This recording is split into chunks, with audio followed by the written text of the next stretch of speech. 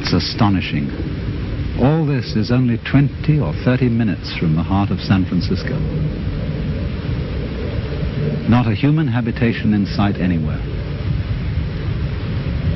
I've been living out here for some months to write and to absorb an atmosphere that is different from the city, to try and find out what is the essential difference between the world of nature and the world of man. Because there's an obvious difference, like the difference of artistic styles. No one, for example, would confuse a painting by Leonardo with a painting by Picasso, or music by Bach with music by Shostakovich. And in the same way, there seems to be a complete difference of style between the things that human beings do and the things that nature does, even though human beings are themselves part of nature. On the one hand, nature is wiggly. Everything wiggles. The outlines of the hills, the shapes of the trees, the way the wind brushes the grass, the clouds, the tracks of streams. It all wiggles.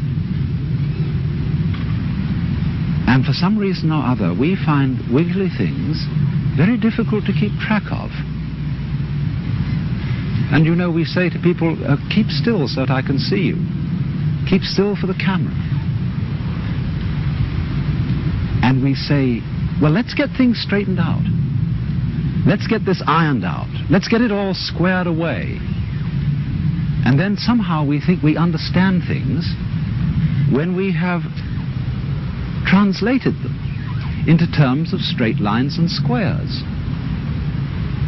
Maybe that's why they call rather rigid people squares. But it doesn't fit nature. You know, wherever human beings have been around and done their thing, you find rectangles. We live in boxes. Our streets, especially across states like Kansas and Nebraska, are laid out in a grid pattern. Why, they even dropped a grid pattern on top of San Francisco with all those hills so that cars run away. Because it seems that the human being really has a very simple kind of mind. And all this wiggliness is too complicated. I don't think it really is complicated. Because after all, it's very simple to move, say to raise something or to open and close your hand. It's perfectly easy because we don't have to think about it. Things become complicated only when we think about them. And that's because we're trying to translate them into a form of life which is very much simpler and cruder than the forms of life we're talking about. A triangle is very much simpler and cruder than a mountain, even though you may represent a mountain with a triangle. Human beings are just as wiggly as nature, and our brains are an incredible mess of wiggles. And that's the part of ourselves that we understand least of all.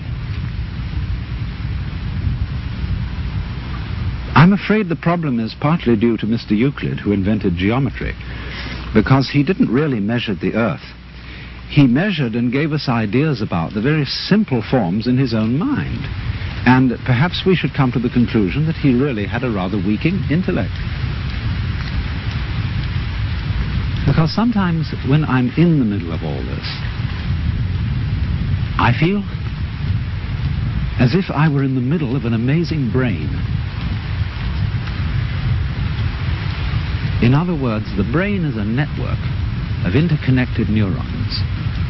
And each one of those neurons is a fairly simple affair because it either fires or it doesn't fire. It gives you the message on or off, yes or no. But what we call things, the plants, birds, trees, are far more complicated than a neuron, and there are billions of them. And they are all living together in a network. Just as there is an interdependence of flowers and bees, where there are no flowers, there are no bees, and where there are no bees, there are no flowers. They're really one organism. And so in the same way, everything in nature depends on everything else. So it's interconnected. And so the many, many patterns of interconnections lock it all together into a unity, which is, however, much too complicated for us to think about, except in very, very simple, crude ways. But I am part of all this. I am, as it were, one of the cells in this tremendous brain, which I can't understand, because the part cannot comprehend the whole.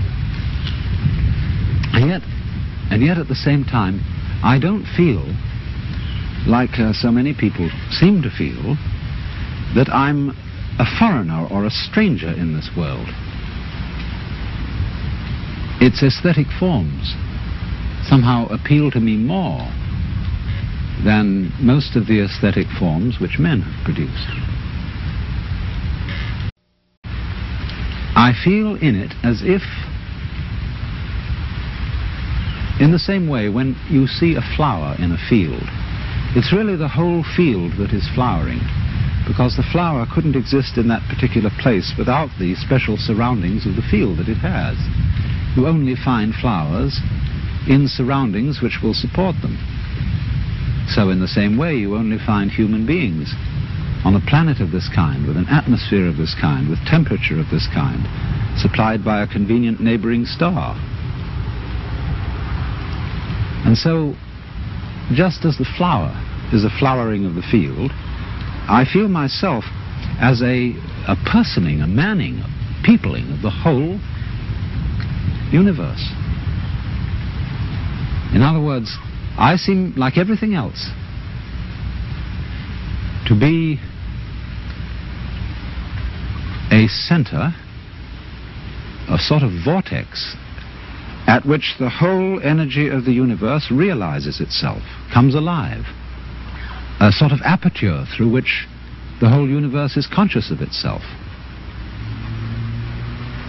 In other words, I go with it as a center to a circumference.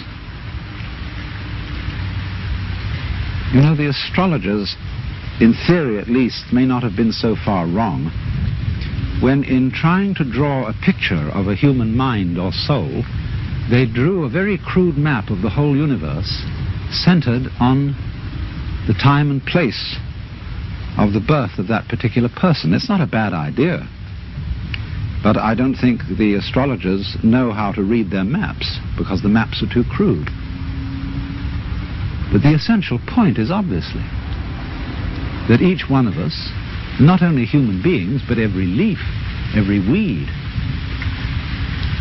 exists in the way it does only because everything else around it does. In other words, there's a relationship between the center and the circumference, which is rather like the relationship between the poles of a magnet. Without the center, no circumference. Without the circumference, no center. And although we say of poles that they're the poles apart, that is to say, extremely different, there's something between them, just as the north and south poles of a magnet are united.